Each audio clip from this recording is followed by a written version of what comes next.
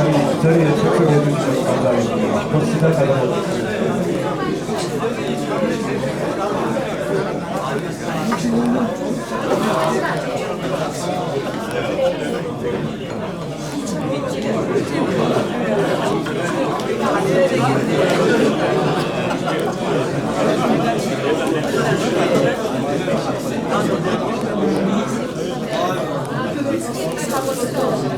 제3회 경북 트루스 포럼을 시작하도록 하겠습니다.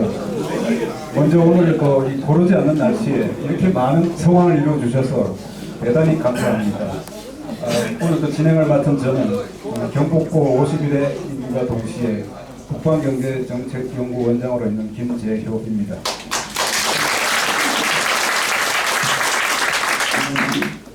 간단한 국민의례를 하겠습니다. 애국가는 생각과 국기에 대한 경례를 하겠습니다. 국기에 대한 경례.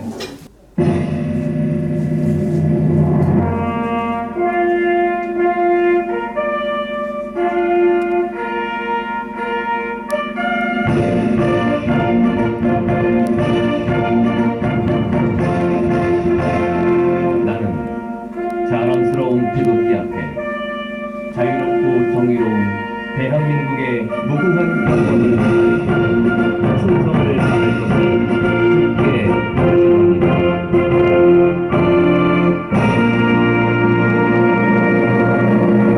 바로 착석해 주시기 바랍니다. 특별히 오늘 이 자리를 빛내주신 김진태 의원님을 모시고 한 몇 분간 한 말씀을 듣도록 하겠습니다. 반갑습니다. 네, 여기는 경북고 안 나와도 참석해도 되는 거죠? 아유, 정말 저는 요새는 제 지역에 나온 동기 모임에도 잘 못 가는데 여기는 정말 큰맘 먹고 제가 와봤습니다. 또 애국하시는 분들도 많고 이 경북고 하면 제 어렸을 때 이 경북고 고교 야구 저도 팬이었고요. 그걸 보면서 자랐었습니다. 저는 제 지역은 강원도지만 강원도 춘천인데 거기서도 또 춘천 고등학교를 못 나왔어요. 네, 춘천 성수고등학교라고 2번, 3번 물어도 사람들이 잘 기억을 못 해주는 이런 데서 서름을 많이 겪었습니다. 그래서 이 남자들 사이에서 이 고등학교가 주는 의미가 어떤 거라는 거를 또 누구보다도 잘 알고 있습니다. 예, 그리고 강원도 감자바위라고 너무 구박하지 마시고요. 제 아버지는 또 경북입니다.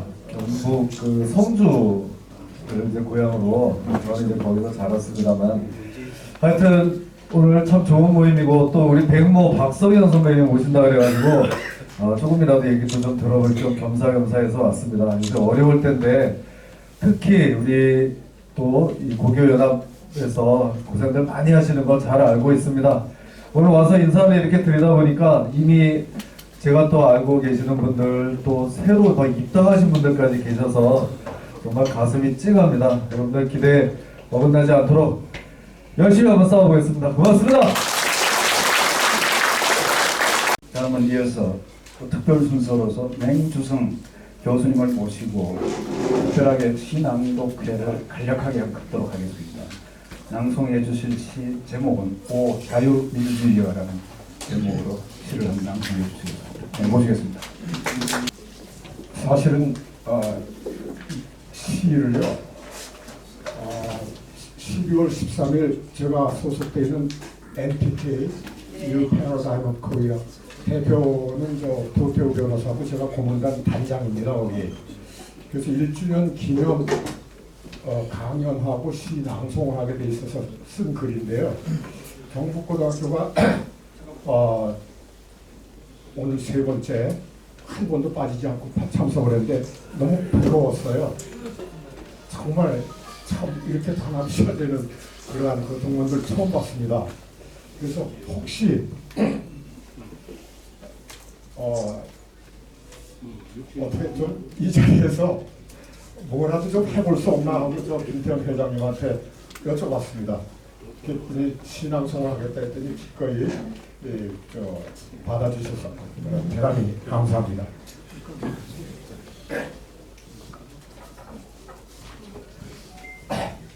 진실 3막 5 자유민주주의여 제1막 가짜들 실체와 그림자 사이를 오가는 그들의 영혼 그림자가 그인가 그가 그림자인가 가짜들이 진실 게임을 한다. 경기 규칙은 단 하나 영원히 없는 것. 미국에는 2개의 방이 있다. 필요에 따라 둘러방친 거짓들이 방에서 방으로 옮겨진다. 실체에서 그림자로, 그림자에서 실체로 그림자의 방문이 열린다. 정의라는 촛불을 앞세워 가재와 개가 떼지어 나온다. 두 눈을 돋세우고 음모의 산을 쌓는다. 광화문 광장에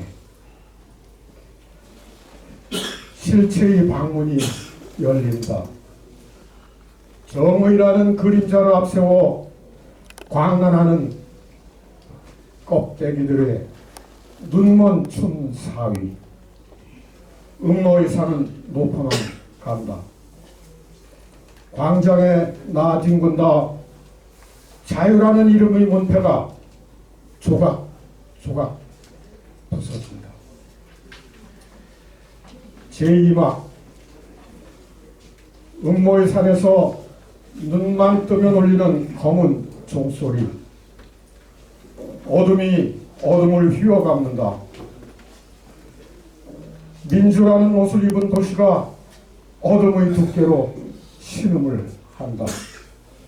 2017년 3월 10일 우리의 머릿속을 사정없이 후비는 8개의 검은 종소리 절망의 늪으로 빠져드는 나의 영혼 너의 영혼 여기는 갈라파고스 진실은 목이 마르다. 정의 열쇠로 진리의 문을 열던 여인이 있다. 겹겹이 둘러싼 어둠의 무게에도 의연히 보여주는 웃음 그 뒤에는 DK 눈물 피는 물이 흐른다.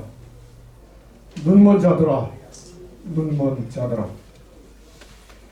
한 손에 태극기를 다른 한 손에 정의 급변을 든 자들이여 지팡이와 막대기에 의지하여 울려라 황금종 하늘에서 내려와 직선으로 꽂히는 울림 경맥의 소리 지성의 함성 오 자유여 오 민주여 밤낮 없이 울려라 겹겹이 가려진 진실의 문이 열릴 때까지 누구를 위하여 종을 울리나 신은 알고 있다.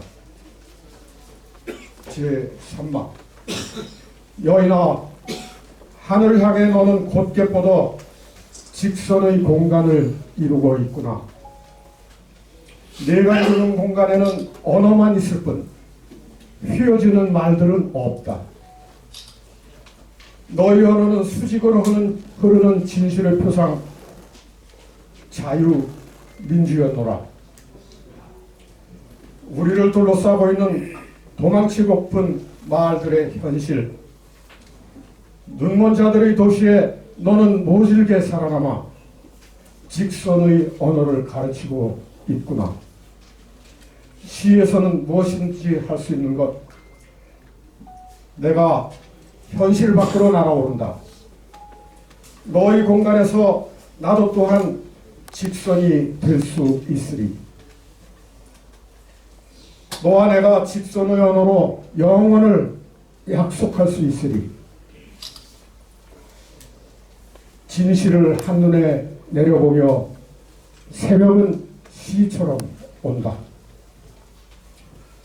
어둠은 가고 정의를 위해 발가벗은 사들, 절망은 없다. 박물관에 박제된 가짜들의 리그 보는 날 있으리. 진실의 횃대 위에 태극기 휘날리는 날 있으리. 듣는가 눈먼 자들아, 가슴을 불태워 토해내는 지성의 소리, 경맥의 함성. 오 자유여, 오 민주여, 오 자유민주주의여. 감사합니다.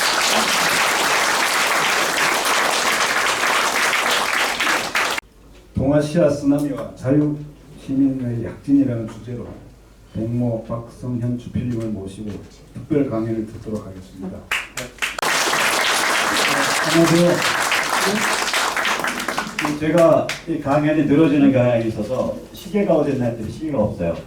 그래가지고 우리 저 사회보는 김 선배님께 손목에 시계를 차고 계시길래 시계를 빌려달라 하셨습니다. 선생님 빌려주시더라고요. 차고 보니까 엄청 좋은 시계예요. 제 손목에 올라간 시계 중에 역사상 가장 좋은 시계입니다. 그래서 제가 다녀갔다 갑자기 뭐 급한 척하고 튀면 그런 적이 있죠. 주제가 무거워서 좀 흰소리 하고 시작을 했습니다.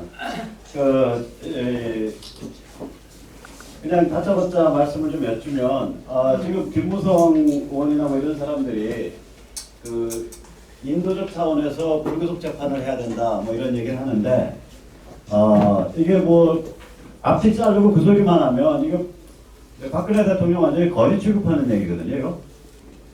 그러니까 사람이, 제가 말을 하지만 이게 감옥이 사람 안 죽여요. 인격살인이 사람을 죽인다고요. 그리고 이 탄핵 전체의 프로세스를 보면 조중동 등 메이저 언론이 주도한 인격살인이 저질러졌고, 그 김무성이나 뭐 또 지금 요새 뭐 이빠른 소리 조금 하려고 하는 사람들, 무슨 이모 의원, 나모 의원 뭐 이런 사람들의 당시 발언을 보면 그 인격살인을 당연하게 진실인 듯 전제를 하고 편승을 했단 말이에요. 그래서 이게 인도적, 오케이, 그럼 인도를 한번 파고 들어보자 이거예요. 휴머니티라는 걸. 그러면 왜 지금 와서 인도적 처우가 뭐냐 이거지. 그럼 지금까지 저질러진 게 반인도적이라는 얘기를 해야 될 거 아니에요. 근데 우리는 반인도 그러면 굉장히 복잡한 걸로 생각하는데, 이게 실제 의미는 반인류예요. 엔타이 휴머니티예요. 영어로는. 그러니까 지금 그 박 대통령한테 저질러졌던 인격살인과 인민재판이 반인류적이다라는 얘기를 하고, 따라서 이것이 신원돼야 된다라고 얘기를 해야 되는 거지. 앞에 것 거두절미하고 뭐 거지 동양 그릇에 던지듯이 야 우리가 조금 부드럽게 좀 대해줘야 된다 뭐 이런 식으로 얘기를 하면 얘기 안 꺼내는 것만 못하죠. 근데 그나마 거기까지 얘기 꺼내는 데까지도 어마무시한 사람들이 어마무시한 압력을 넣습니다. 제가 알기로. 특히 기독교 쪽에서 많이 압력을 넣었어요. 자, 그리고 이제 앞으로 이런 흐름은 점점 많아질 거예요. 문재인의 지지율 떨어지고, 그 다음에 그 동아시아의 급변 사태나 혹은 변화가 숨가쁘게 촉급해질수록, 여러 가지 징조가 날수록, 그러니까 정치권에 있는 분들이 이제 뭐 박근혜 얘기를 하고, 오늘 SBS인가 어디서는 평론가가 2019년의 키워드는 박근혜다라고 얘기를 할 정도가 되니까, 이제 박 대통령 이슈를 피하고서는 아무 얘기를 못하는 상황이 될 거예요. 그래서 속된 말로 개나고동이나 전부 박 대통령 얘기를 이래저래하게 언급할 수밖에 없는 상황인데, 여기서 몇 가지 원칙을 얘기하면 그 인격살인과 인민재판이 반인류적, 반인도적 야만행위였다. 아주 폭도스러운 이 얘기를 짚어야 된다. 첫째. 두 번째는 이 박 대통령 기억하시지만 우리 2년 전에 그분들 물론 굉장히 끌어오르는 마음에서 하셨어요. 사랑합니다 이러면서 장미꽃 갖다가 이렇게 삼청동이나 청와대 앞에 가서 이제 박 대통령 원기 복도다 드린다고 했는데, 제가 그때 마이크 처음 잡고 올라갔을 때 한 말이, 저는 박 대통령 안 사랑합니다. 그 다음에 저는 사실은 박근혜 정부에서 반박으로는 차마 규정을 못해서 중박이라고 불리던 친박도 아니고 반박도 아니고 그런 그 분류에 들어가는 인간인데 제가 왜 이 자리에 섰냐? 그 양반이 통진당 해산, 그 다음에 개성공단 철수, 그 다음에 그 전교조 법외노조와 이러한 일련의 그러니까 북한 해방을 예감하는 정책을 일관되게 펴왔기 때문에 YS 이후로 심지어는 그 이전까지도 누구도 하지 못했던 그런 정책을 펴왔기 때문에 지금의 이러한 그 탄핵 이런 광풍 혹은 이격살인 광풍이 부당하다고 생각해서 이 자리에 올라왔습니다. 이렇게 말씀하고 그때 그래서 제가 부여해드린 그 의미 규정이 이거는 프레임 싸움이거든요. 그래서 자유통일의 아이콘 박근혜라고 그때 의미를 규정을 해드렸어요. 근데 뭐 그거는 고맙다고 메시지가 들어오더라고요. 저 감옥 가 있는데. 서양의 변호사 통해서. 그러니까 정치인한테 그게 중요한 거거든요. 의미가 규정이 돼야 그 다음에 생명이 이어지는 거 아니에요. 그래서 김무성이나 또는 자한당 의원이나 혹은 야당 의원한테 너희들이 박근혜 문제에 대해서 언급하려면 그 사람의 의미를 규정하고 언급해라. 그 다음에 그 사람한테 저질러진 일이 반인도적 폭도 야만 행위였다라는 걸 인정을 하고 얘기를 하라 이거죠.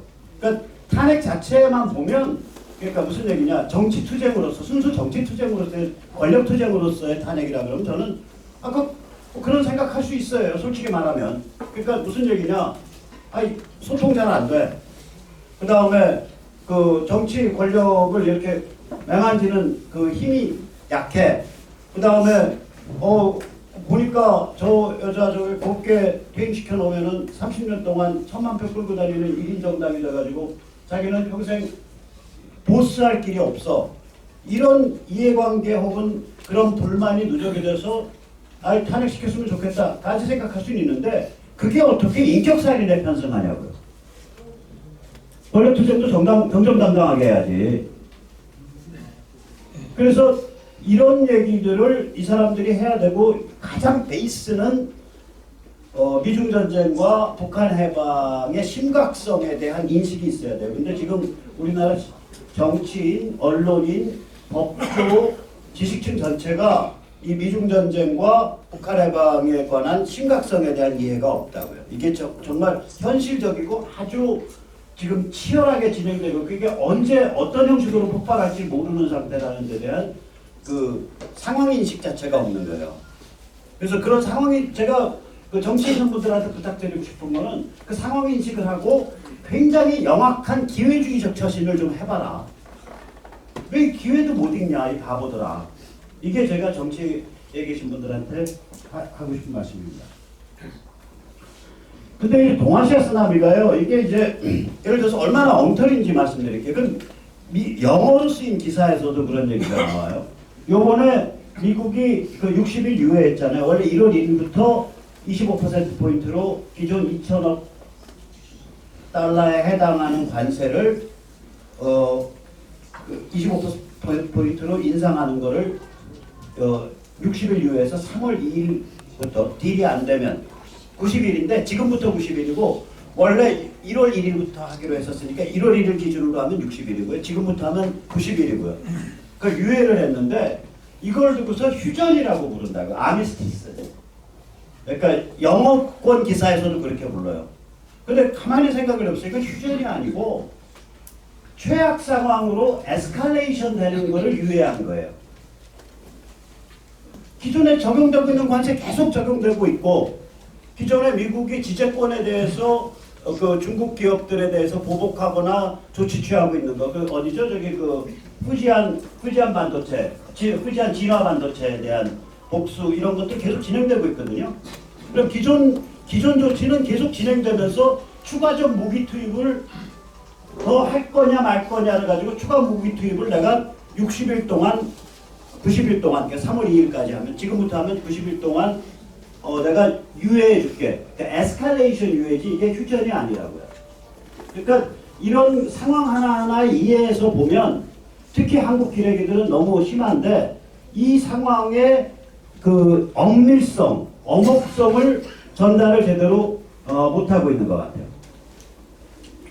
그래서 이걸 우리가 이제 이 위중 전쟁이 도대체 어떤 성격의 전쟁이야? 라고 보려면은 조금 이게 그 비전을 한 동서고금으로 한 2500년 정도를 끌어올려야지 이게 보여요. 2500년 정도를.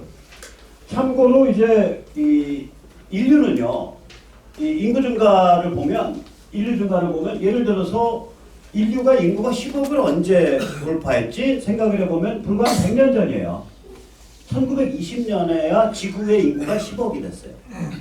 지금 거의 80억 가까이 치닫고 있는데 7배가 넘었다고. 1920년 이후로 지금까지 100년 동안 7배 넘게 증가했어요. 인구가.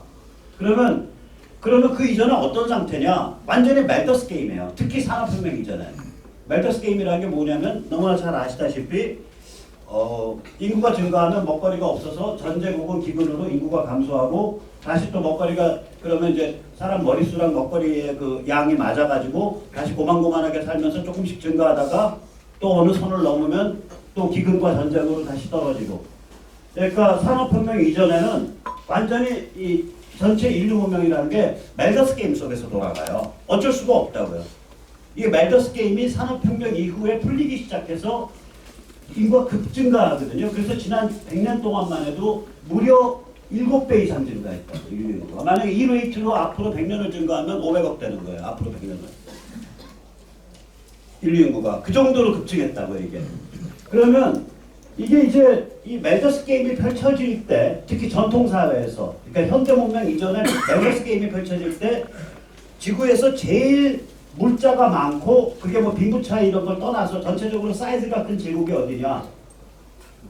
2000년 동안 중국이에요. 예를 들어 송나라 때 특히 이런 중국 보면요, 전 세계에서 테크놀로지 수준이 제일 높아요. 당송 때 중국을 보면. 그러니까 얘들은 근데 뭐가 부족했냐면 지난 2500년 동안 인류가 한 번도 다 종족별로 싸우고 이랬지 인류 보편의 가치나 인류 보편의 원칙이라는 개념이 없었어요. 그게 나오기 시작한 게 불과 2500년 전이에요. 그래서 이게 2500년 전에서 2000년 전 사이에 나왔거든요. 그래서 이 사상하는 사람들이 너무 놀래가지고 20세기에 우리 사회에 잘 안 알려지만 굉장히 심오한 사상가가 칼 야스퍼스라고 했어요. 워낙 벙털이어서 사상적 업적이 높아서 친구들이 보호하는 바람에 유태인 학살을 안 당했지. 실제로 유태인 학살고 리스트에 올라있던 사람이에요. 야스퍼스 같은 사람들, 칼 야스퍼스는 2500년 전에서 2000년 사이에 인류 보편의 가치와 원칙에 대한 컨셉이 생겼다 그래서 이 시기를 축의 시대라고 불러요. Age of Axis. 그러니까 문명의 축이 놓였다 이거예요. 그러면 이게 이제 2500년 전부터 그 축이 놓였는데 저는 이거를 야스퍼스랑 조금 다른 주장, 그러니까 달라요. 그 사람은 그 축을 예를 들면 기독교를 안 넣고요. 유교, 불교, 유교, 그 다음에 저기 어디예요? 저기 그러니까 아니야. 불교, 유교, 이슬람은 아니고요. 헬레니즘 그리고 유대교를 넣어요. 그러니까 바빌론 유수 때 시내고그 교회 체제 만들어지고 유대인 신앙의 틀이 완성된. 그래서 이게 유대인이라 좀 그렇게 보는 것 같고 저는 유교는 조금 이따가 이제 혹시 시간이 되면 설명드리겠는데 이 축에 저는 안 들어간다고 봐요. 유교 조금 달라요. 그 틀이. 그래서 저는 뭐를 넣냐면은 불교, 헬레니즘 그리고 기독교를 넣죠. 그래서 제가 용어를 좀 그래서 바꾸는 거예요. 근데 기본 관점이나 발상은 야스퍼스의 발상이에요. 그러니까 저의 주장이 아니고. 그래서 저는 이걸 하늘덮개라고 부릅니다. 그래서 대개 2500년 전에서 2000년 전까지 불교와 헬레니즘과 기독교와 같은 이런 그 인류 보편의 원칙과 가치를 이야기하는 그런 흐름이 생긴 거예요. 그런데 재밌는 건 뭐냐면 중국은 여기에 동화된 적이 없어요. 예를 들어서 불교요, 중국에서는 n분의 1이잖아요. 지금 중국 가셔서 사업하는 사람들 가보면 대개의 경우 열의 9 이상은 그 어느 구석에 시뻘건 그 LED 불 들어오는 그 배불뚝이 사는 놓고서 그 앞에 향 피워놓고 있다. 일본은 신토 아래 있잖아요. 모든 종교가 신토의 하위 종교거든요, 이게.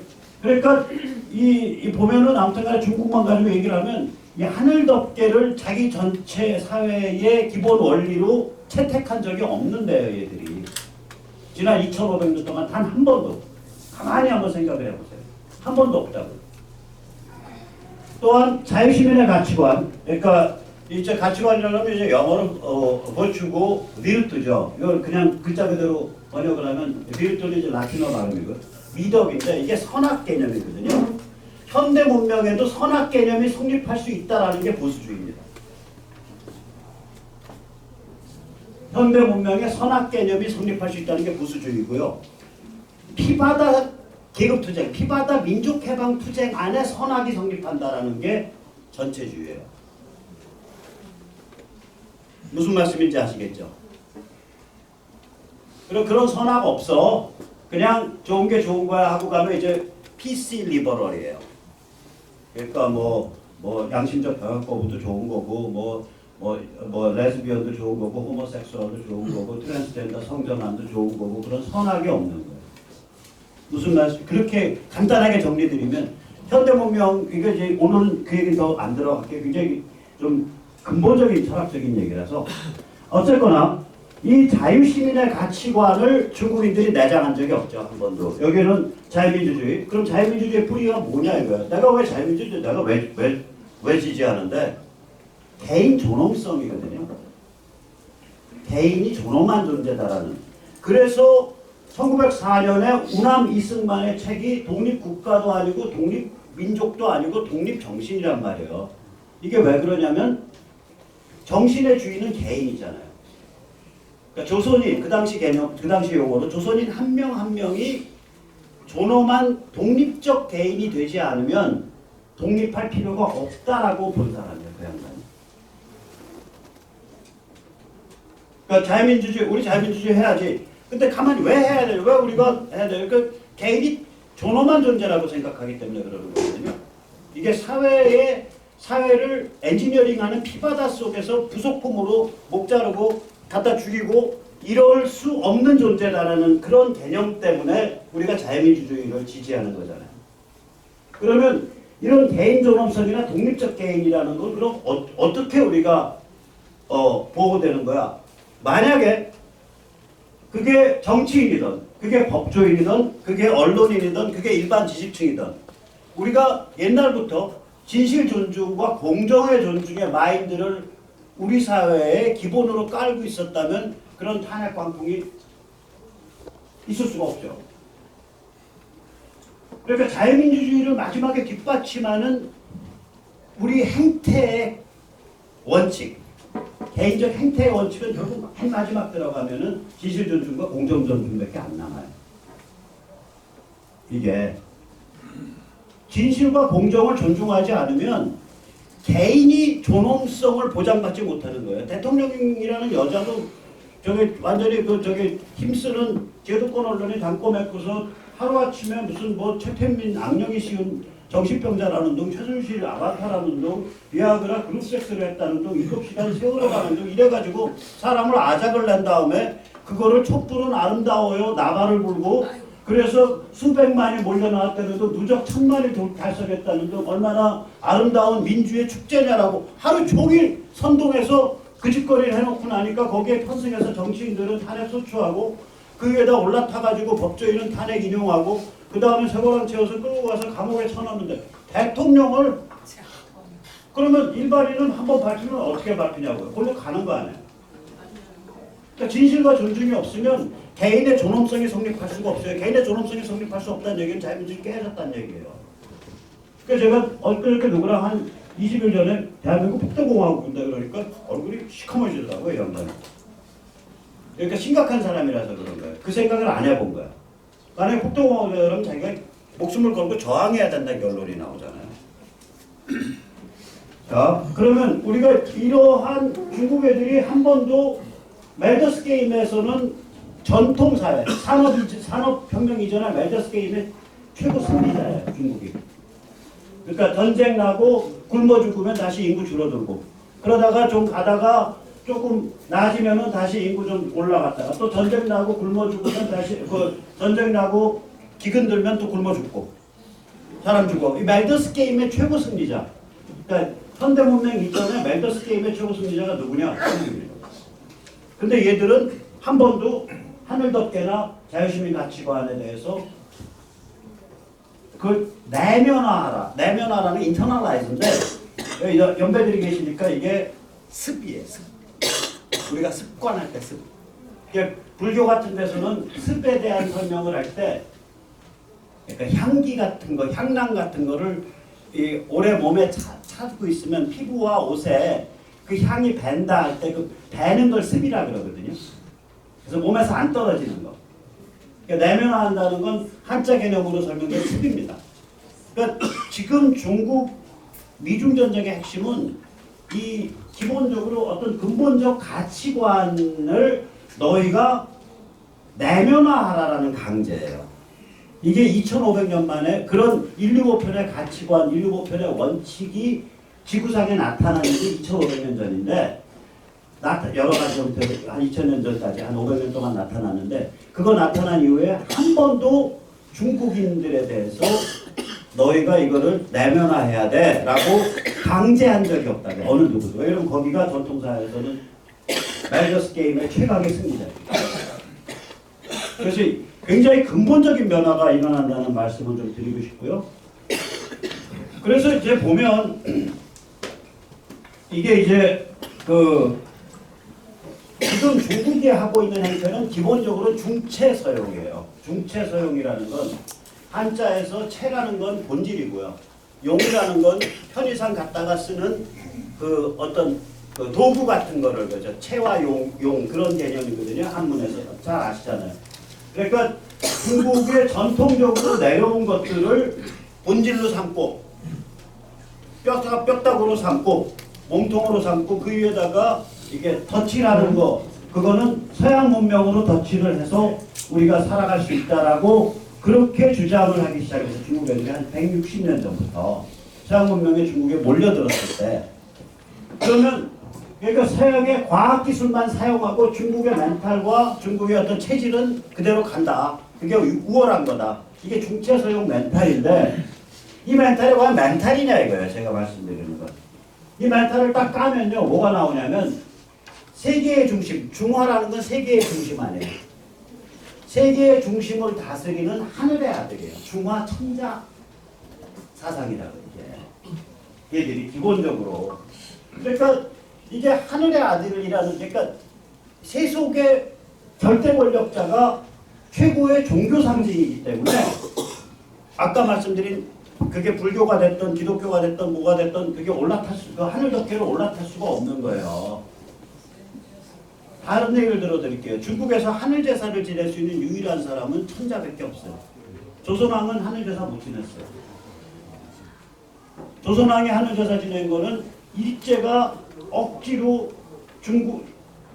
조선을 중국의 속국이 아니다라고 뜯어내야 자기들이 먹을 수 있으니까 뜯어낸 다음에 그리고 나서 황제를 칭하고 고종이 그리고 나서 웨스틴 조선호텔 뒷마당 가시면 원구단이라고 굉장히 초라한 팔각정이 있어요. 그거 짓고 그 안에 들어가서 하늘 제사 지었어요. 그러니까 조선호텔, 웨스틴 조선호텔 소공동 가시면 그 뒷마당을 들어가 보세요. 원구단이 있다고요. 조그만 아주 초라한 팔각정이 있고 팔각정 건물이. 예. 그러니까 이게 하늘제사 1895년, 96년 이때 지내기 시작한 거예요. 일제가 조선을 먹으려고 중국으로부터 뜯어낸 다음에. 그러니까 이게 재관이라고요. 하늘의 아들이. 최고의 종교 상징급이에요. 최고의 종교 지배자라고. 이거 절대로 그런 성격이 있어. 만약에 어떤 놈이 하늘제사 지낸다고 사람 불러모았다. 그건 역적이에요, 역적. 그 구조기멸한다고요. 우리가 아무나 못 지내는 거 하늘제사를.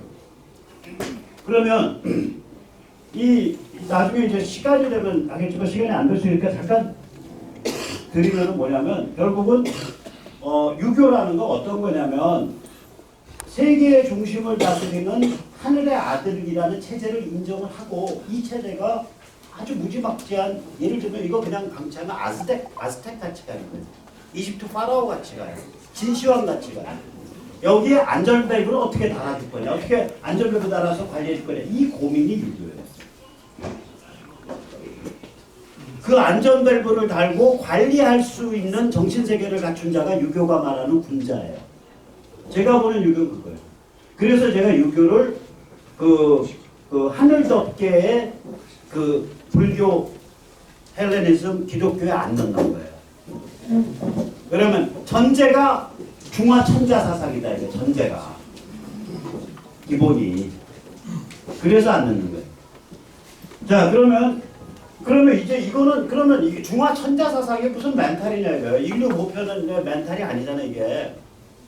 그럼 도대체 그게 왜 그렇게 힘을 가져서 까면 얘가 지정학적 블랙홀이에요. 가만히 보세요.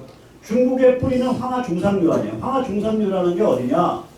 저쪽으로는 그건 나중에 길이 뚫렸고 실제로 그게 어디냐면 중가리아. 그 도낭에서 북쪽일 거예요. 도낭의 서북쪽이 될 거예요. 그 흑해에서부터 그 몽골 위로 걸쳐가지고 몽골을 거쳐서 서만주까지 이르는 거대한 초원벨트가 있단 말이에요. 유라시아 초원벨트가 중국의 농경지대로 들어오는 길목 중에 길목이 중가리아예요. 거기로 바로 이어지는 그 통로거든요.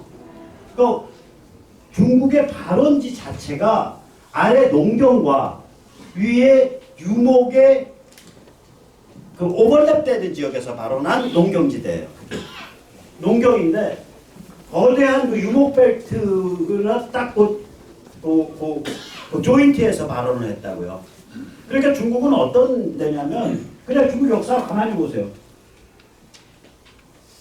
정복하는 중국의 왕조 중에 이게 한족 출신 왕조들 원래 이쪽 그 농경을 베이스로 하는 왕조. 저는 그 사실은 주나 무슨 진도 사실은 저쪽이잖아요. 저쪽에 오히려 더 가깝죠. 내몽고 쪽에서 오는 그거를 많이 영향을 받은 그 길목을 차지하고 있는 거고 진짜 오리지널 아래 예를 들면 회하 그 다음에 진령산맥 그게 이제 중국의 밀농사와 쌀농사를 구별하는 라인이거든요. 그래서 귤이 회하를 넘으면 뭐 탱자가 된다가 그 말이 그 말이에요. 그 크지도 않은 강인데 그 라인을 기준으로 해서 생태계가 달라지는 거예요. 그러면 가만히 생각해 보세요. 그러한 아래 오리지널 농경에 바탕한 정치 권력이 뭐였지? 그러면 우리가 진이나 좀 빼놓고 한도 그랬습니다. 한도 좀 오락가락하고요. 그 다음에 거의 없어요. 실제로 따져보면. 거의 없어요. 참 명이 그랬을 거예요. 19세기에 그 사상 최악의 농민 반란이었던 태청천국이 그랬을 거예요. 그 다음에 신해혁명을 일으킨 손문 세력. 거기가 그쪽 이제 호남 광동 언저리가 이제 그거죠. 그러니까 가만히 보면은 뿐만 아니라 위에서 내려온 기마 오랑캐들이 중국을 점령하고 중국과 동화돼 버리는 블랙홀 과정이거든요. 가만히 생각해 보세요. 56국 그랬죠. 대표적인 게 수 그렇죠. 수당은 그게 선비잖아요. 선비는 몽골의 일종이거든요. 거란 요가 그렇잖아요. 그거는 거란 몽골의 일종이거든요. 그건 제가 이거 다 세계적 논문에 의해서 증명되는 얘기예요. 그냥 몽골의 일종이라고 믿으셔도 돼요. 몽골의 일종이에요. 그거 그냥 동화돼 버렸잖아요. 몽골은 동화 안 되겠다고 박멸 정책을 취했죠. 반한 박멸 정책을 취했다는 거죠. 몽골 하나 빼고 나서 그다음 여진은 국가 그 전략의 그거 아니야. 만몽한을 하나로 통합하겠다라는 국가 전략이었잖아요. 그런 결국은 통합한 결과가 뭐야? 중국화돼 버리고 말다. 그러니까 역사 자체가 그러니까 중국의 그 영토가 자꾸 넓어지죠. 동일한 그 중화 천자 시스템이 커버하는 그 영토가 점점 넓어. 청대 이제 최대치에 달아요. 그러니까 이게 이런 블랙홀이라고. 그러니까 얘들의 비밀은 멘탈에 있는 게 아니라 그 멜더스 게임의 블랙홀에 있었던 거예요. 이때까지의 중국은 그 블랙홀의 자존심 혹은 그 블랙홀에 대한 향수, 그 블랙홀에 대한 자긍심에서 나오는 얘기가 중체서용이 됐고 그게 폭발해서 시진핑까지 21세기에 나온 거예요. 이제 그거 보고 문명이 너희 이제 더 이상 그런 식의 사고방식 가지고는 안 되겠어 라고 판정하고 선고하고 어떤 인류보편의 가치와 원칙을 내면화할 것을 강제하고 있는 상태예요. 이게 상황이. 그래서 이거를 좀 정치권이 이런 거를 개념에 두고 박근혜 대통령 문제를 다룬다든지 혹은 무슨 여야 정치 투쟁을 해야 되는데 이런 컨셉 자체가 없어지니까 굉장히 피상적이고 천박해지는 거예요. 이게 내다보지 못하는 거예요. 저는 중화 천자 사상은 이건 망상이라고 보고요. 중체 서형은 착각이라고 봅니다. 모택동을 한번 보세요.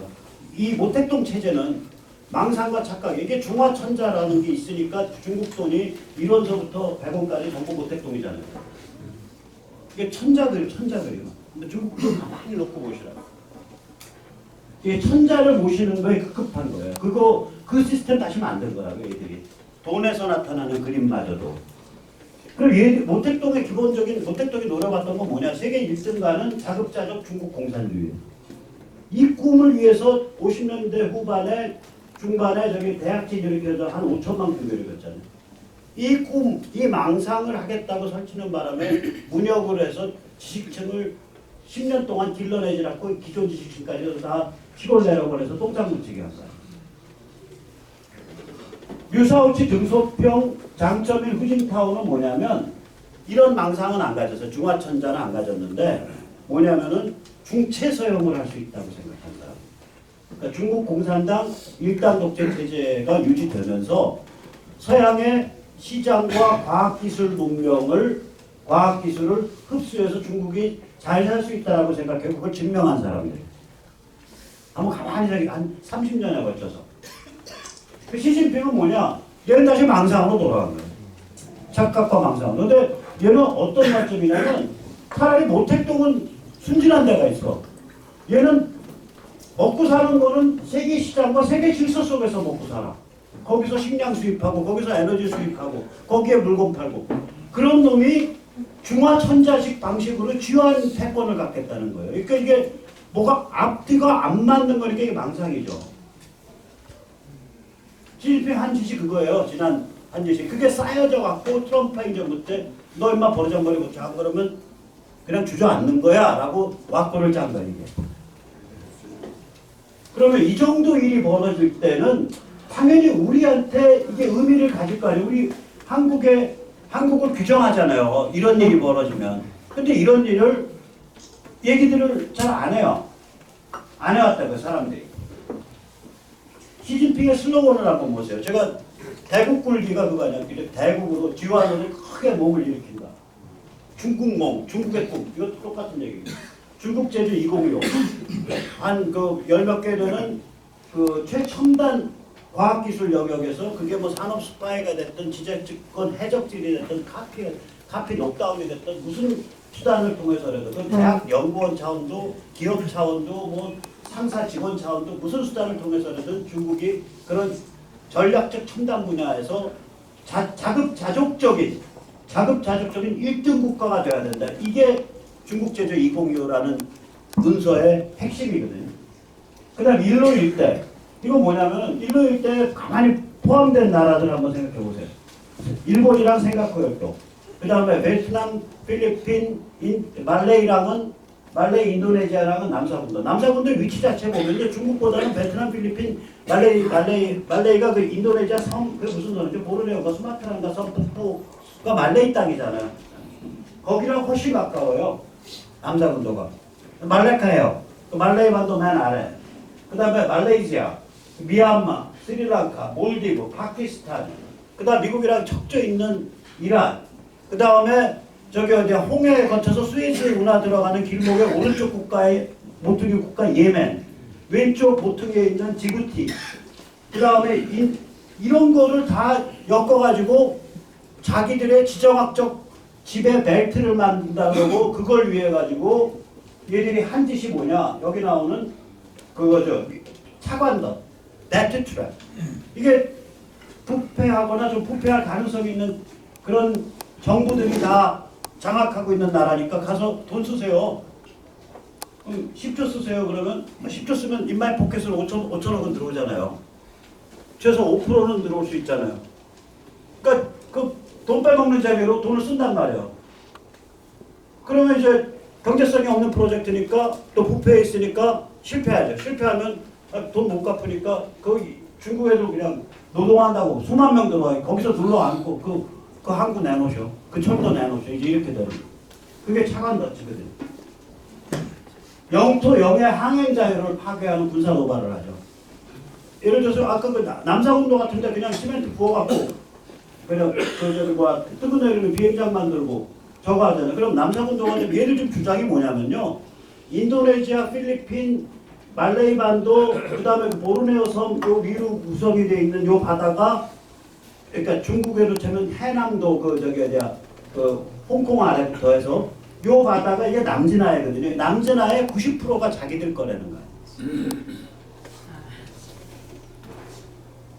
황당한 놈들이라니까. 이게 저질러는, 그러니까 오바마 정부가 뭐 하는지 모르는 거예요. 이게 앞에 정부들이 이 짓을 저지를 동안 친중 노선을 유지를 했고, 심지어는 이 중국을 압박하기 위한 마지막 군사적인 그 담보가 뭐였냐면, 트럼프가 러시아랑 정상회담하면서 이제 눈빛을 주고받았단 말이에요. 그때 워싱턴 포스트에 실린 뉴욕 노벨 경제학상 받은 유명한 경제학자 있어요. 폴 크루만. 이게 민주당 계열이거든. 색깔이. 폴 크루만이 그거를 했어요. 그 칼럼에서 뭐라 그랬냐면, 야 인마, 우리의 2차 세계대전 후에 미국의 전통은 러시아를 제2주적으로 두는 건데, 네가 왜 트럼프 네가 네 맘대로 선배 세대의 그런 전통을 어기고 네 맘대로 푸틴이랑 연애질하면서 중국을 주적으로 바꾸려고 그래. 거의 그거를 해서 비판을 하더라고요. 그러니까 그런 친중 분위기가 있었던 거예요. 아주 강력했던 거예요. 지금도 뿌리가 남아요. 그러니까 이제 그 다음에 지재권 유린. 예를 들면은 이건 말도 못하죠. 그러니까 중국 가서 도둑질하고 스파이질하는 건 일도 아니고, 이제 중국 가서 사업하려 그러면 영업비밀 다 내놓고 설계도 내놓고 노하우 내놔라, 이런 게 많은 거예요. 그 다음에 특히 미국의 학계 여론을 조작하는 거. 그 다음에 도감청 기능 내장 상품 수출. 이게 저번에 걸린 거 아니에요? 그 서버 보드 안에 칩을 박아서 서버를 온시키면 이 칩에서 작동해가지고 중국 쪽에 서버를 침입할 수 있는 뒷문을 백도어라고 뒷문 열어주는 꼭 눈알 만한 칩을 꼭 카파시터 중에 아주 작은 카파시터가 있어요. 탄탈이라고. 탄탈같이 위장해서 만들어서. 그러니까 눈알이 아니라 쌀알 만한 칩을. 그 탄탈이 쌀알만 하거든요. 저 외장 딱 보니까 외국 사진에 보니까 탄탈같이 보이더라고. 탄탈은 한 서버보드에 수백 개 쓰이거든요. 그 중에 하나 탄탈인 척하고서 박아가지고 전 세계에 뿌려버리는 거예요. 그러니까 미국 애들이 뭐라 그러냐면 이런 식의 서버에 기껏 본 적이 없다는 거예요. 우리가 어떤 기관에 타겟한 거를 시스템을 해킹을 하지. 이건 그냥 예를 들어서 어떤 미국 애들의 비유에 따르면 양자강 상류에서 나무 토막을 수백만 개를 띄워가지고 그 중에 하나가 시애틀에 가서 도착할 거다라고 생각하고 수백만 개를 푸는 거잖아요. 그러니까 이거는 상행위에 관한 기본적 신뢰관계를 악용을 해서 무차별로 그냥 해킹을 하겠다는 소리 아니에요. 해킹 밭을 만들어 놓고 그러고 보니까 다른 건 다 해킹할 거고 하나하나 딱 보니까 이건 마이크로소프트가 쓰는 거야. 근데 고객관이니까 우리 볼 거 없어. 뭐는 또 볼 거 없어. 하다가 요거는 미국의 국방부가 쓰는 거네. 요건 해킹. 이렇게 하겠다는 얘기 아니에요. 이 짓을 하겠다고 해놓은 거라고. 그 다음에 이제 내부 인권 탄압. 이거 싱가포르 위구르나 티벳이나 홍콩이나 혹은 인권운동가들에 대한 탄압 지금 아니면 그건 다 말할 거죠. 그러니까 이런 식의 행태가 시진핑 체제에서 저질러져 왔기 때문에 이것에 대해서 미국이 대중 전략을 내놓은 거예요. 이 내놓은 게 뭐냐면은 기본적으로 이거예요. 중국이 경제, 기술, 자금이 세계에서 이렇게 14억인 거고 중국인들이 송나라 때 보시라고요. 세계 최강의 테크놀로지와 부를 이뤘다고요. 얘들 편안한 데서 살면요. 굉장히 잘 살 수 있는 애들이에요. 그럼 어차피 그 길 간다 이거야. 가는데 지금처럼 그게 무슨 얘기냐면 영국의 MI6의 수장인 알렉스 영이 엊그저께 한 말이에요. 돈과 권력과 정치는 동쪽으로 흐르고 있다 그랬다. 어차피 그 길 가는 거예요. 편안하게 잘 살게 내버려 두면 초강국 되는 건 맞아요. 근데 지금 상태를 미국이 보고 있냐면 공산당 일당 독재 체제가 국력 전체를 무한 동원할 수 있는 상태란 말이에요. 그게 뭐 대학 교수를 동원하건 뭐 언론을 미디어를 동원하건 뭐 자본 투자가를 동원하건 벤처 캐피탈사를 동원하건 공산당이 결정하면 그냥 저거 타겟이야 그러면 쫙 달라붙어서 이게 동원이 되는 체제거든요. 이걸 펜스는 10월 4일 연설에서 all of state, all of government, 정부 전체의 힘이라고 표현을 했고요. 제가 그거 보면서 이 사람 말하는 게 이거 이 뜻 아닌데 왜 이렇게 썼지 했는데 아니나 달라 모든 창이 이걸 바로 말을 바꿔버리더라고요. all of state. 그러니까 정부 전체의 힘이 아니라 국가 전체의 힘을. 생각을 해보세요. 지구상에서 단일 블록으로 가장 강력한 파워를 가질 수 있는 나라 중에 하나인데 그 나라가 공산당 일당 독재 체제가 국력 전체를 동원할 수 있는 그런 상태로 내버려둔다? 인류의 재앙 아니에요. 여기에 대해서 컨센서스가 이루어진 거예요. 미국 내부도 그렇고 이제 유럽이나 이런 데. 그러니까 MI6 수장이 저런 걸 하는 거죠. 그러니까 화웨이 너희 영국의 5G 장비 못 넣어 임마 하고 막아버린 거 아니에요. 통신 인프라 장비니까 너희 또 어떻게 도감청할 수 있는 거 어떻게 하냐. 그런 거죠. 그래서 결국 그 전략은 어떻게 되는 거냐면 한편으로는 중국의 자유화예요. 자유화라고. 저는 중국 뭐 분열까지 생각을 안 하고요. 그런 말하면 너무 좀 이상한 뭐라 그럴까 너무 좀 섹시한 얘기인 것 같아서 아무튼 중앙정부가 굉장히 약화되는 국가연합 가치가 잘 생기지 높다 이 정도까지만 말씀을 드리고 싶어요. 다른 한편으로 뭐냐면 세계 시스템, 글로벌 시스템의 관리, 제어력을 강화하겠다는 건데 이게 트럼프가 표방하고 있는 거예요. 지금 미국이 거칠 게 없잖아요. 에너지, 식량, 금융, 지식, 및 테크놀로지 이 모든 분야에서 미국이 지금 거칠 게 없는 상태가 되어 있기 때문에 우리가 이끌고서 이 세계 시스템의 관리 제어력을 강화하겠다 이 얘기라고. 그러니까 이제 그게 이제 정신력은 뭘로 드러나냐? 하늘덮개와 자유시민의 가치관을 14억 중국인한테 내면화시키겠다는 거 아니에요. 그러지 않으면 이 괴물이 순치가 안 되는 거예요. 그러자니 어차피 얘는 괴물과 같은 무지막지한 그 몸집을 획득할 수밖에 없는 애예요.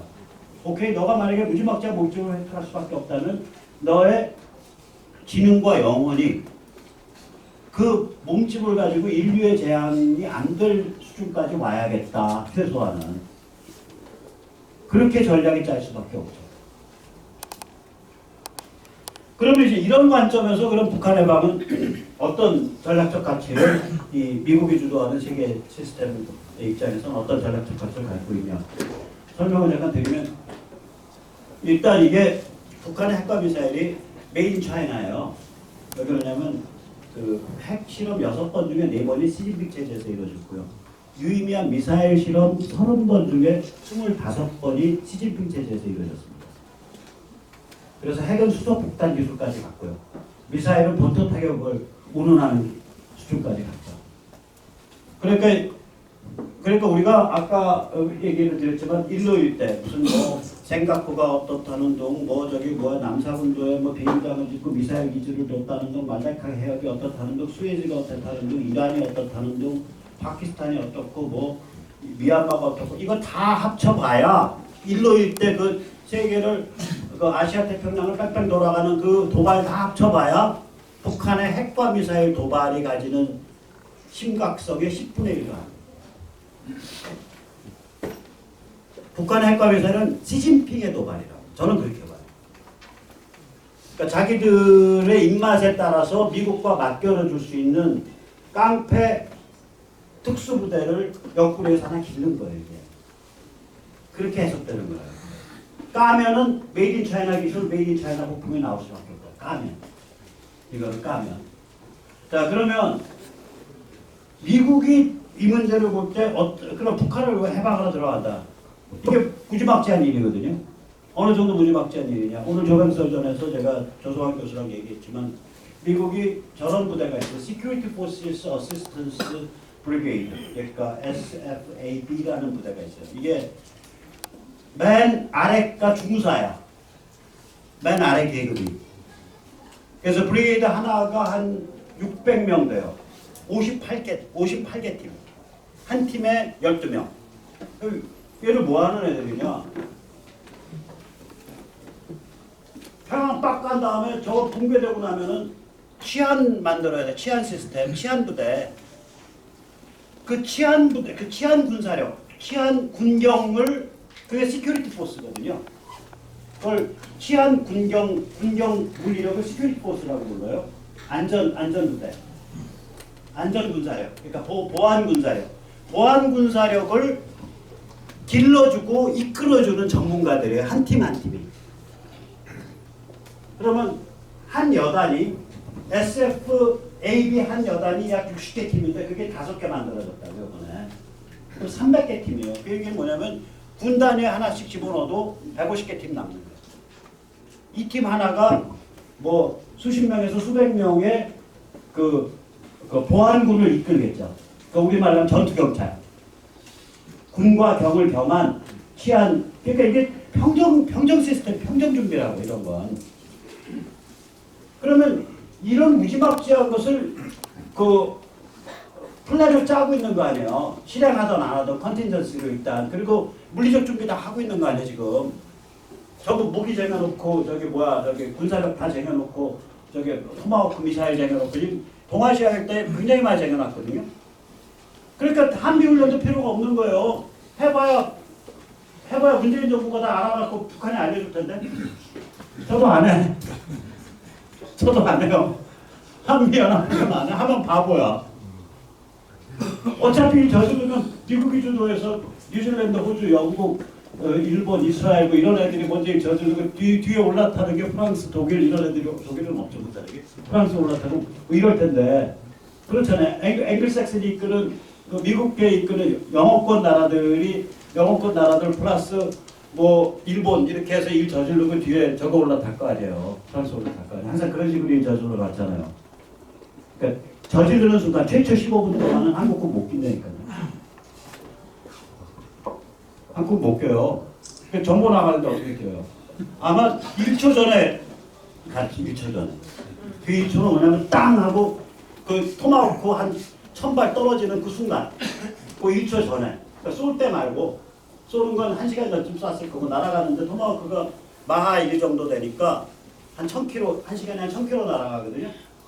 그러면은 그거 전에 1시간 전에는 아니고 토마호크 쏠 때는 아니고 쏘면서 그놈이 땅 하고 떨어질 때 한 1000발이 한꺼번에 그때 알아주는 거예요. 그게 시작이야. 이게 이제 그런 살벌한 플랜을 잡고 있는 거예요. 그러면 도대체 북한 해방이 뭐가 좋아서 미국이 그런 살벌한 짓을 저질러? 그럼 저는 간단히 말하면 4가지 한다고요. 우선 첫째 하나가 CBID든 FFB든 뭐라고 이렇게 부르고 간에 핵과 미사일을 없앨 수 있는 유일한 길이다. 얼마 전에 미국 NSA, 그러니까 국가안보 에이전시죠. NSA의 라저스 전 국장. 이게 살벌한 거예요. NSA라는 데가 뭐냐면요. 전 세계 우리가 영화에 보면 빅브라더 같이 전 세계 모든 사람 다 도청할 수 있고 전 세계 모든 장비를 다 모니터링할 수 있는 그런 데예요. 여기가 NSA가. 그러니까 NSA의 국장이면 뭐를 겸하냐면 미국 우주사령관을 겸해요. 나사 말고요. 그러니까 스페이스 커맨드를 겸한다고요. 이 사람이 뭐라고 얘기를 했냐면 바로 지난번에 바로 북한은 해킹으로 비트코인, 제가 이제 잘 아시니까 비트코인이라는 실제로 크립토머니죠. 정확하게는 비화 화폐, 디지털 머니. 비트코인을 가로채는 세계 유일의 국가다. 얘들 국가도 아니더라고. 이런 애들하고 무슨, 거꾸로 다시 말해서 이런 애들하고 무슨 핵을 없애고 앞으로 10년에 걸쳐서 5년에 걸쳐서 3년에 걸쳐서 2년에 걸쳐서 핵을 없애고 미사일 없애고 맨날 사이라고 도장 찍어봐야 되도 않는 소리나 이 소리가 되는 거 아니에요. 결론은. 두 번째, 아까도 말씀드렸지만 이거가 북한을 해방시키고 급속 발전시키는 게 14억 중국인들을 마음속에서부터 흔드는 심리폭탄이라고. 그 다음에 아까도 일로 때 도발 받지만 생각구에서 나는 생각구나 혹은 남산군도를 미국이 폭격을 해서 미사일 기절 없어요. 거기 발전기 없어요. 이러면 정면 군사 대결이 되잖아요. 그러니까 얻는 건 별로 없어. 어차피 거기 미국 거기 앞뒤로 항행의 자유 해버리면 그래서 뭉개버리면 그래 너희 거기 돈 쓰고 해봐 임마 할 때까지 해놓고 앞뒤로 뭉개버리면 꿈나 못하는 거예요. 그거. 해달라는데 중국이 어떻게 격침시킬 거야? 웃기는 짓이죠. 얘들 망상이라서 저런 짓을 하는 거거든요. 그러면 거꾸로 말해서 무슨 짓을 벌어지냐면은 그런데 얻을 건 없고 리스크는 미국과 중국의 정면 대결로 가는 그런 데를 할 거 없이 얻을 건 많고 명분 잔뜩 쌓였잖아요. 인류 최악 세계 최후의 전체주의 대량 학살 체제고 미국을 본토 타격하겠다고 지들 말로 떠들어왔고 UN 제재 계속 어기고 있는 놈들이고 국제 제재 계속 어기고 있는 놈들이고 이런 걸 손봐버리는 게 제일 편하죠. 그래놓고 야 북한에도 사드 놓을 거야. 너희 저기 생각구에서 방 빼. 북한에도 사드 놓을 거야. 너희 남사군도도 방 빼야겠다. 안 그러면 우리 북한에는 미군 안 들어갈게. 그러니까 칩이 많이 나온다고요. 칩이 어마어마하게 나와요. 중국을 다뤄낼 수 있는 칩이. 지정학적 칩이 엄청나요. 그래서 한반도의 지정학적 가치를 보존 강화하는 유일한 길이다. 그걸 그대로 내버려두면 아니 얼마나 답답하시면 지금 저녁도 못 드시고요. 저 같은 삼류 강사를 듣고 이런 황당한 얘기를 지금 들고 계세요. 그러니까 왜 우리가 답답하냐? 대한민국을 정신과 문화와 지식을 이 간첩, 종북, 친북 이런 애들이 다 장악을 하고 있으니까 열불나서 오신 거 아니에요? 그렇잖아요. 그러면 이런 걸 얘들이 우리의 정신과 문화를 장악하고 있으니까 평양 그대로 내버려두면은 조만간에 한반도가 친중 반미 코리아 연방 가는 거는 그보다 뻔한 길 아니에요. 그렇다고 해서 이게 사이즈가 크고 고급진 나라예요. 일단 겉으로는 대한민국. 그러니까 여기에다 대고는 CIA 정치공장 못하잖아요. 돈도 천문학적으로 들고. 만약에 여기다 대고 CIA 정치공작하면 저는 아마 글쎄 페라리 몰고 다닐 것 같은데. 빨간색. 근데 여긴 못한단 말이에요. 돈도 천문학적. 미국은 그렇게 시스템에서 투명하게 돌아가는 사회니까 그게 다 근거로 남아요. 그럼 나중에 큰일 나려고 어떻게 감당해? 그러면 근데 저기를 없애버리면 평양을 해방시켜버리면 대한민국은 정상화되는 거 아니에요. 거기가 문제의 근원이니까 뿌리니까 원천이니까. 그래서 이러한 북한 해방의 전략적 가치를 이런 걸 갖고 있기 때문에 아마 이 길로 갈 거다. 이게 뭐 김정은이가 겁이 나가지고 빗장 놀고 튀어가지고 접수평정 들어가던 군사력으로 접수평정 들어가는 건 맞아요. 근데 막무가내로 인베이전, 그러니까 침공을 해서 들어가게 될 건지 빗장을 열어줘서 들어가게 될 건지 그건 모르겠어요. 이런 거는 우리가 저의 요망사항이기도 하지만 우리가 트럼프나 펜스나 폼페오나 매티스나 볼턴의 발언을 보면요. 앞에 반갑습니다. 아까 제가 이제 너스랬던 듯이 롤렉스 시계에서 찾는데 중간에 도망가겠습니다. 뭐 이런 앞머리에 너스레가 좀 있거든요. 모든 연설은 너스레 딱 앞머리 너스레 딱 빼고 나면 바로 처음에 등장하는 게 전부 한반도 문제. 최근 발언들. 전부 그랬어요. 그리고 볼트는 모르겠고요. 폼페오, 매티스, 펜스, 트럼프가 다 그랬어요. 최근에 트럼프의 9월 25일 UN 발언, 펜스의 10월 4일 허슨 연구소 발언, 그 다음 폼페오 매티스가 미중 간에 벌어진 2+2 회의에서 전부 맨 앞에 주제가 한반도였어요. 그리고 엊그저께 트럼프가 트위터에서 무시무시하게 협박하잖아요. 야, 북한 핵미사일 문제 해결되면 중국 너희한테도 굉장히 좋은 거야.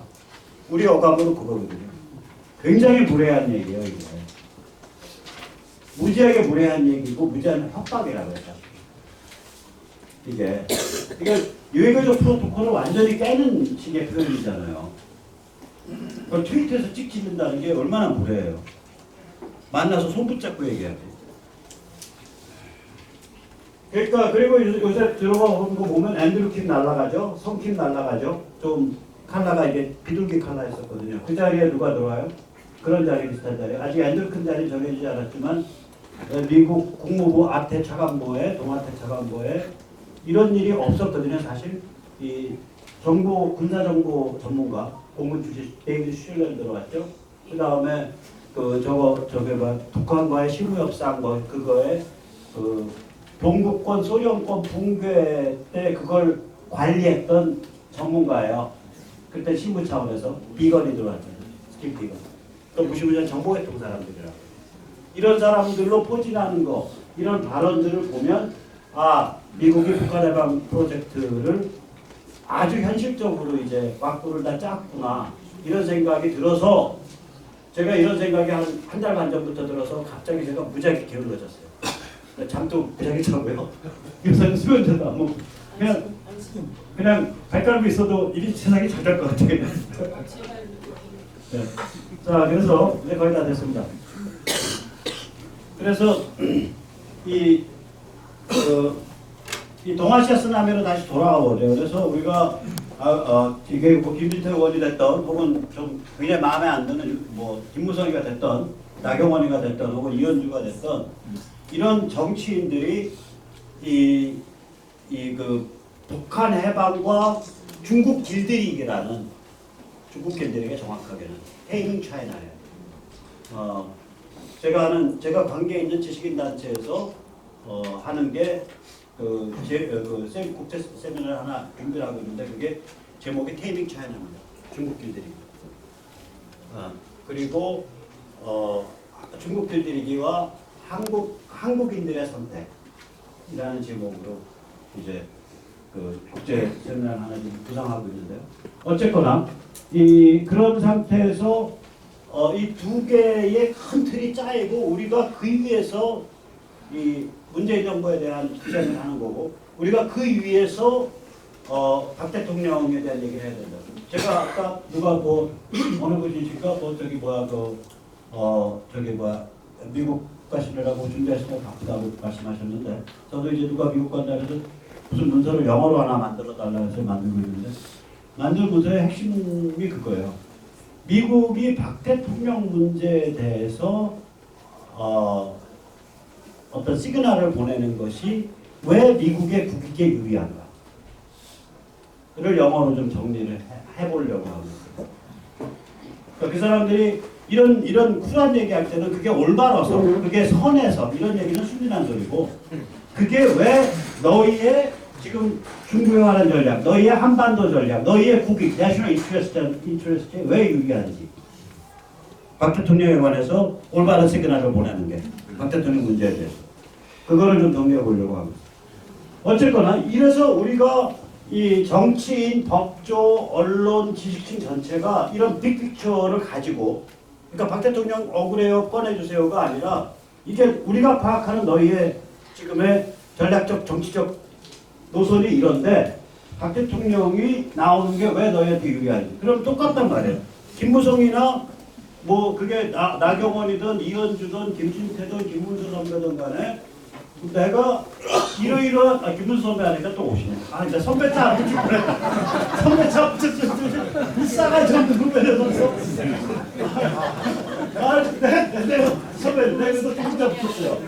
양반은 못 듣는 양반은 못 드시네. 근데 어쨌거나 잠깐만 이거 크게 얘기해서 김문수 선배나 이런 정치인들이 이렇게 박근혜 문제나 탄핵 문제를 올바른 관점에서 거론하는 것이 작게는 왜 나의 정치적 입지와 정치적 그런 자리매김에 유리하고 크게는 왜 대한민국의 정치 발전에 유리한지 이걸 명확하게 가져야 돼요. 근데 그 외를 두들기다 보면 한반도를 훨씬 넘어서는 2500년 만에 처음 있는 그런 세계사적, 문명사적 흐름까지 그 외가 두들겨져야 된다. 그래서 이제 이게 이제 그러면 이제 우리는 이게 앞으로 한 30년, 2050년 정도까지 가요. 중국이 뭐 14억 인구에 1인당 국민소득이 8,700달러, GDP가 그런 나라인데 연간 이게 뭐 쉽게 길들여지겠어요? 한 30년 간다고 이게 이제 뼛속에까지 바뀌는데 또 우리가 북한 해방이 일어난다고 하더라도 그게 자유민 노스코리아가 들어서고 그 방향으로 간다 그래도 우리와 대충 동질적인 의식이나 라이프 스타일, 소득 수준이 동질화되는데 또 한 30년 갈 거라고요. 그게. 그러면은 이런 우리가 지금부터 시작해서 30년 동안 그 인류사적 격변, 쓰나미가 만들어내는 그 세례를 받는 거거든요. 이게. 그래서 우리가 그런 점에서 마음 단디 먹고 이 세례를 잘 활용할 준비를 해야 돼요. 그래서 이거를 조금 이제 그 종교적인 표현으로 하자면, 이제 이 기독교 용어에서는 옛날에 이런 예감이 있었어요. 그전부터. 그래서 동방 예루살렘이라고 불렀죠. 기독교에서는. 이 말했다가 문창극이 친일파를 지킨 거 아니에요. 문창극 발언은 동방 예루살렘. 그 사람 잘못한 건 동방 예루살렘이라는 6글자를 안 쓴 거야. 그러면 그 말 썼으면 그냥 빠져나가는 거예요. 근데 그 말 없이 일제 때 우리가 겪은 고난이 우리 민족이 준비되는 그 과정이 하나였다 이러니까 이제 저희들이 친일파라고 하거든요. 그런 과정을 선배들도 그렇게 느꼈고 그 선배들은 그걸 동방 예루살렘이라고 6글자로 표현했었다. 그랬으면 그 못 건드린다고요. 문상국 선배로. 저는 이제 학과 선배. 그 다음에 두 번째 이제 불교 용어로는 이게 불국이에요. 우리 불국사 할 때 불국. 이게 제가 이제 셀카툴에서는 이 스토리를 얘기했기 때문에 여기서는 시간도 다 돼서 안 하고요. 그러면 이런 고매한 데만 있냐 이런 예감이 옛날부터 있었어요. 옛날부터 있어서 제가 세 가지만 얘기를 들어드릴게요. 그러니까 120, 30년에도 이런 예감이 있었다. 이 우리가 지금 대한민국에서 숨쉬고 사는 게요. 세기 말 세기 초에 우리 선배 세대들이 아직 기독교가 완전히 뿌리 잡기도 전에도 중국의 태평천국과 다르게 반응을 했던 거예요. 중국의 태평천국도 피바다거든요. 농민전쟁이에요. 근데 여기는 굉장히 유장해요. 동학도 이렇게 까고 나면 김계남, 송하중이 피바다고요. 전봉준이는 절반 피바다고요. 최시영은 피바다가 아니에요. 기본 관점이. 그 노선이. 그 안에 노선이 셋이 들어있거든요. 최시영이 실제 주도자잖아. 마지막 주도자는. 그래서 이 주장했다고요. 그것이 쌓여서 그 공덕 안에서 이제 그 우나미승만 같은 기인이 튀어나오는 거예요. 그게 우나미승만이 태평천국 피바다에서 어떻게 나오냐고요. 태평천국이라는 게 뭐냐면 성경 들고 홍수전이가 나는 예수의 동생이고 하나님의 둘째 아들이다. 너 잠깐 나와봐. 목 잘라서 피가 이렇게 튀었으니까 계시가 이렇다. 이거거든. 3천만 명입니다. 3천만. 굶어 죽은 사람. 인구의 10분의 1. 그 당시 대한민국 전체 국민의 숫자가요. 한 600만 정도밖에 안 돼요. 6,700만 밖에 안 되는데 중국에서 3천만 명이 죽은 사건이거든요. 그게. 사상 최대의 기독교 사교 국가예요. 그 태평천국이라는. 만약에 우리 선배들이 그런 식으로 눈알 뒤집어져서 피바다를 선배 세대가 벌렸다 그러면 지금 이런 자리에 이렇게 고급진 할아버지들이 안 앉아 계세요. 고급진 할머니들.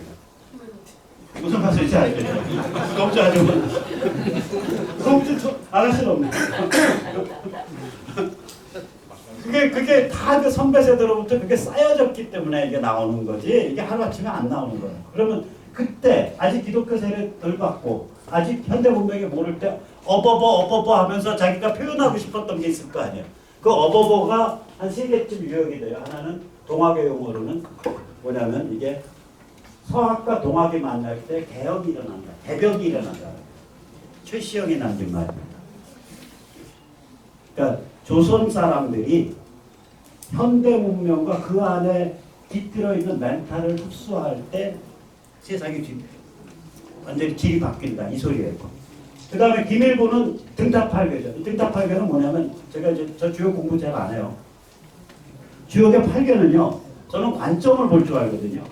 주역의 팔교는 중앙에 제가 서서 괴를 이렇게 중앙에 선 사람이 360도 돌아가면서 괴를 8개 그린 거예요. 주역의 8괴는 주역 8괴는 그런데 등탑 8괴는 뭐냐면 바깥에 있는 사람들이 중앙을 바라보면서 강강수월래식으로 이렇게 그린 거예요. 그러니까 관점을 확 바꿔버린 거예요. 뭐냐면 한 명이 지배자의 관점에서 사주 경기하듯이 어떤 놈이 나한테 지금 반란 일으킬까 이러한 멘탈로 그린 게 아니라 8명의 플레이어가 동일한 가치와 개념을 가지고 그 강강수월래 댄싱을 하는 관점에서 그린 거라고 이게. 그러니까 다른 거예요. 그 다음에 그러니까 이게 김일부 전 정력의 구체적 내용은 모르지만 그런 거. 그 다음에 이제 마지막에 재밌는 게 이거는 이제 맨 마지막 나와요. 나라 사실상 망한 거. 1700년대, 1907년. 이 강등산에 보면 만국활계 남조선. 그러니까 전 세계 모든 나라가 살아날 수 있는 그 노선은 남한에 있다. 청풍명월 금산산. 이게 뭔가 라고 저는 이렇게 해석해요. 이 해석은 참 어려운 건데 금산사라는 게 미륵신앙의 상징이에요. 이 강등산이는 저거 무당이거든. 강등산은. 그러니까 미륵이라는 건 구원이잖아요. 그러니까 구원은 피바다에 있는 게 아니라 자유로운 바람, 밝은 달빛과 같은 게 있다. 저는 그렇게 해석을 해요. 문명개화 삼천국. 전 세계 모든 나라의 현대 문명이 꼽힐 거며 도술, 운통, 구만리. 저 같으면 이거 어떻게 하냐면 교통과 소통이 지구 전체를 촘촘히 짤 거다. 희한한 사람이에요. 저같이 해석하는 것도 드문데 이거를 저기 양반이 좋아하셨지. 조선일보 출신 허문도인가? 허문도. 네, 허문도 씨가 굉장히 좋아하시는. 허문도 씨가 최초로 소개를 했을 거예요. 그러니까 어쨌거나 그러니까 이거는 현대 문명의 체계화된 세속 언어는 아니에요. 그러나 전통 사회에 살던 사람들이 현대 문명이 닥쳤어. 아직 현대 문명에 내재된 그런 현대적 정치 철학, 도덕 철학 몰라. 아직 기독교 노예 안 익었어. 아직 현대적 멘탈 몰라. 그 상태에서 어떻게 어버버 하면서 반응했는가 그 행태의 특징이 이렇게 유장하고 낙천적이었기 때문에 오늘 우리가 이 자리가 있는 거예요. 그 유장함과 낙천적이기 때문에 그 믿음 때문에. 자, 여기까지 모시겠습니다. 감사합니다.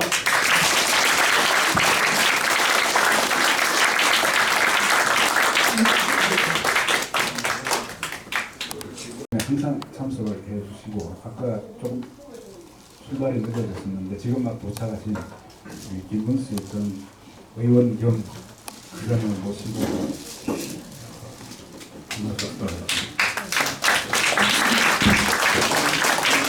네, 반갑습니다. 우리 현재적인 우리 백모 박성현 말씀 잘 들으셨죠? 네. 너무 천재적인 이야기 때문에 조금 이해가 덜 갑니다. 저는 이해를 못하는 점도 많이 있습니다. 근데 저가 이제 아까 마지막에 이야기한 표를 가지고 영향을 행사하는데 자유한국당에서는 지금 이제 김진태 의원이 왔다 갔습니다만은 잘 여기 안 오죠. 왜냐? 자유한국당의 기본 정신은 태극기를 들면 안 된다. 박근혜를 탄핵은 잘했다. 박근혜 탄핵은 80%가 지지하고 태극기 드는 사람은 20% 이내에 있다. 그 생각을 가지고 있습니다. 기본 생각입니다. 그리고 우리 동창들도 제가 만나보면 생각이 저하고 아주 친한 친구도 생각이 똑같아요. 근데 요즘에 와서 이게 조금씩 바뀌고 있어요. 가만히 지나가면서 보니까 박근혜가 그렇게 나쁜 사람은 아니었는 것 같은데 그러나 지나갔으니까 뭐 어떻게 하자. 문재인은 이거 좀 문제가 있는 거 아니냐 이러는데 일전에 노재봉 총리 이제 말씀은 이런 우리가 비상시국회의 이런 MT를 했어요. 숫자는 일단 적게 왔어요. 근데 거기는 1박 2일로 해서 거기 강사가 한 7명, 8명 와서 이 굉장히 밀도 높은 이야기를 1박 2일로 그냥 쏟아부은 거예요. 그 중에 한 분이 마지막 총리가 처음했는데 저도 그 말씀 듣고 굉장히 제가 공감을 많이 했습니다. 한마디로 거기하고 이제 김철웅 교수, 옛날 주사 받은 교수이죠. 김철웅 교수. 이분들 이야기를 제가 들어보면은 지금 대한민국 청와대는 남노당이 장악했다. 그리고 이게 위 청와대와 상층부를 다 잡았기 때문에 위로부터 혁명이 가능하다. 이 좌익들은 밑에서부터 혁명할 필요 없어. 우리는 저 백모 이야기도 밑에서부터 투표를 하잖아요. 쟤들은 위에서 벌써 다 청와대, 국정원, 법원, 그 대법원부터 경찰, 또 보안사도 기무사 이런 거 다 없애버리고 경제계 뭐 다 잡았잖아요. 방송, 언론 다 잡았거든요. 그 위에서부터 혁명이 가능한 이런 상태로 다 만들었다. 이렇게 생각하고 있습니다. 저희들은. 그러니까 헌법도 고치려다 지난번 실패했죠. 그러나 밑바닥의 국민들이 보니까 이게 아니거든요. 그 최근에 이제 제가 볼 때는 가장 중요한 문제가 광화문에서 김정은 만세를 부르는데 백두 칭송부터 위인 맞이 환영단부터 뭐 꽃물개를 하고 한데 그 자체가 좀 듣기만 해도 막 그냥 다 그냥 확 진짜 불태우신 그런 적개심 같은 걸 느끼고 이게 아마 국민들 대해서 공감하시는 것 같아요. 이게 너무한 거 아니냐. 광화문에서 이렇게 하는데 경찰도 국정원도 그 누구도 언론도 누구도 이거를 비판적으로 하거나 또 군 출신들 같은 경우는 거기 가서 지금이야말로 4.19 이후에 5.16 일어나듯이 그냥 이거 밀어버려야 되는 거 아니에요? 그런 생각을 많이 가질 정도로 4.19 직후에는 제가 기록을 쭉 읽어보면은 그때는 뭐 판문점에 가서 뭐 가라 오라 이렇게 하고 했는데 이번에는 보세요.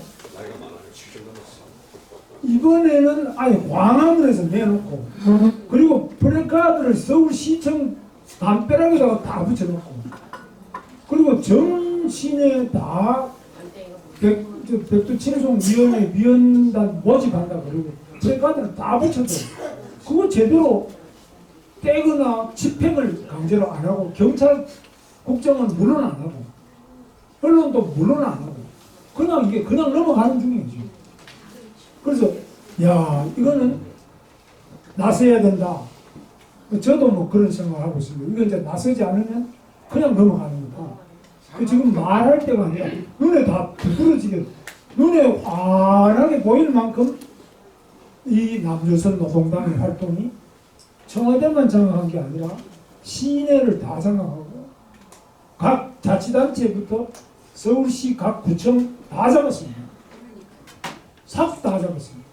그래서 이게 이미 이렇게 됐다고 보고 있는데요. 그러나 저는 우리 백모 말씀처럼 이게 절망이다 이런 게 아니고요. 현상은 그러하다. 이거를 어떻게 우리가 대반전을 시키고 그거는 반전이 된다고 봅니다. 왜냐하면 이 친구들은 사상이 들렸기 때문에 경제는 망치는 쪽으로 그러니까 노조가 그냥 유성기업 상무 두들겨 패고 피가 터지도록 코뼈가 내려앉고 얼굴뼈가 내려앉도록 12주 전치 12주가 될 정도로 두들겨 패는데 경찰은 그 밖에서 기다려서 진압을 안 해요. 이 참혹한 몰골을 봤단 말이에요. 그러니까 야 이거 아니냐 자구책을 취해야 되겠네 큰일 나겠네. 그리고 엄청난 경각심을 주면서 국민들이 지금 눈을 뜨기 시작하는데 방송 언론이 지금 눈을 닫고 있는 거 아니에요. 유튜브를 한다고 하지만 한계가 있지 않습니까? 그래서 지금은 그야말로 전위 부대도 필요하고 선봉부대도 필요하고 여기 계시는 여러 우리 트루스포럼 회원님처럼 이런 모임이 공부만 하는 게 아니라 정말로 김정은이가 지금 곧 14일날 15일날 온다면 우리는 어떻게 하는 거예요? 구체적인 행동을 토요일날 우리는 뭐 집회한다 이걸 떠나서 그런 비상한 행동 계획까지도 마련하지 않는다면 그때 한 명이라도 우리 반대한다 이래 돼야 되는데 뭐 토요일날 집회되기 전에 뭐 도중에 왔다 가버리고 가만 안 놓는다 이건 안 되잖아요. 그래서 지금은 그야말로 행동대를 지금 조직을 해야 된다. 행동대가 조직돼야 된다. 그게 5명이든 10명이든 행동대가 있어야 된다. 저는 그렇게 생각하고 있습니다. 지금은 김정은이가 여기 온다는 것은 왜 오면 안 되느냐는 것은 다 아시니까 제가 말씀 안 드립니다만 안 된다 소리 하는 게 아니라 실제로 이 김정은이 오는 것을 막을 수 있는 실천과 행동이 필요합니다. 혼자서는 안 되기 때문에 조직이 필요합니다. 그런데 자유한국당 사람들은 지금 무슨 생각하느냐? 김진태원 보고도 제가 좀 듣기 싫은 소리 했습니다. 지금 김진태원이 자유한국당에서 넘버원이거든요. 최고예요. 근데 지금 대표 선거한다고 정신없어요. 전경원도 지금 다음이 어떻게 공천 받는다 이 생각이 지금 전부 다 지금 다음 2년, 1년 반 남았죠. 1년 반 뒤에 어떻게 국회의원 배치하면 더 다느냐. 거기에 전부 못 들어가거든요. 저도 국회의원이었다면 똑같습니다. 저도 다 그게 없어요. 그래서 저는 이제 그 다 해봤기 때문에 국회의원도 3번이고 다 해봤어요. 그러니까 아이고 뭐 그 한 번 더 하나 더라. 저는 이제 그런 생각 가지고 있어요. 나이도 좀 들었지만 그래서 저는 그런 점에서 우리 이 자리에 오신 두스포럼 회원들은 뭐 국회의원 배지 여기 담는 사람 아무도 안 계세요. 뭐 대통령 하려고 하는 분 아무도 안 계세요. 그야말로 모든 마음을 비우고 모든 것을 다 내다볼 줄 아는 통달하고 헌신하실 수 있는 분들이 조직화되어 있는 거 아니냐. 그래서 이 두스포럼이 굉장히 중요하다. 바로 이 세상에 등불이 되고 희망이 되고 마지막 이 나라를 지킬 수 있는 힘이 여기에 있다. 새해는 더 건강하시고 우리 다 같이 한번 힘차게 싸워나가기 바라면서 제가 같이 한번 구호를 한번 외치겠습니다. 뭉치자 싸우자 이기자 하겠습니다. 뭉치자! 뭉치자!